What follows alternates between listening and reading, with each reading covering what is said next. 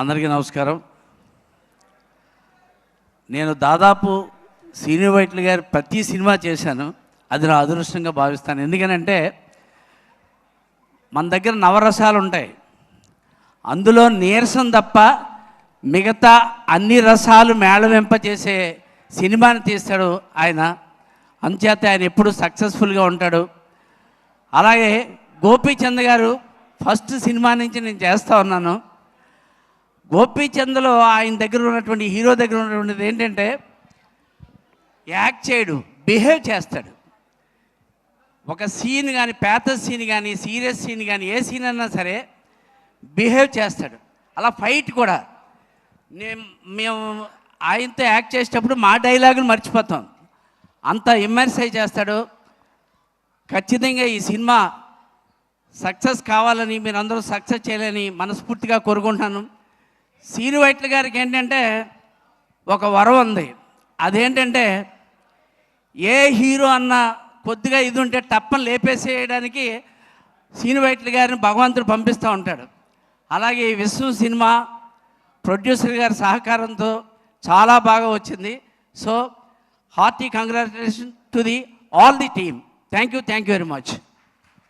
Thank you అండి, thank you so much. ఆగండి, మీకు కొన్ని క్వశ్చన్స్ ఉన్నాయి. సో శ్రీను వైట్ల గారి సినిమాల్లో మీకు బాగా ఇంకా ఎప్పటికీ గుర్తుండిపోయే సినిమా ఏంటి? నాకు అన్నీ బాగానే ఉంటాయండి. The best. ఇప్పుడు నాకైతే ఎప్పుడు చూసినా Venky cinema for ever best అనిపిస్తుంది. వెంకీ సూపర్. అలా మీకు ఏ సినిమా అనిపించింది అని? నాకంటే దూకుడు. ఎందుకు మైక్ నుంచి చెప్తారు? మైక్ లో చెప్పొచ్చు కదా. దూకుడు ఎందుకంటే ఆ సినిమా నుంచి ప్రతి సినిమాకి డైరెక్టర్గా దూకుతూ ఉంటాడు ఆయన. అంత సూపర్గా ఉంటుంది, అంటే న్యాచురల్గా ఉంటుంది. ఒకవేళ మేము ఒక నాటకాల నుంచి వచ్చేవాళ్ళు, మేము నాటకీయత ఎక్కడన్నా కనపడిందంటే పోనీ అది కాదు అని అండవు సీరియస్గా. గౌతరాజ్ గారు ఇది చెప్పండి, ఎలా చెప్పండి అని చెప్తాడు అంతే. సో ఆయన అంటే ఆల్మోస్ట్ ఆల్ అన్ని సినిమాలు నేను చేశాను. అది నా అదృష్టం, పూర్వజన్మ సుకృతం. Is a great director.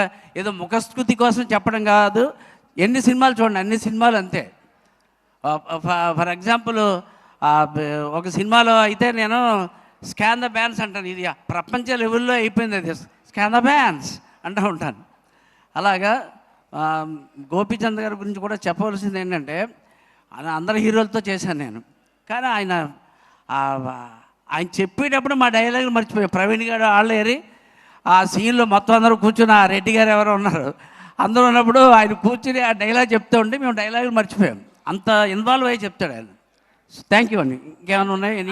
Any doubts? No doubts. Thank you Gautam Raju గారు.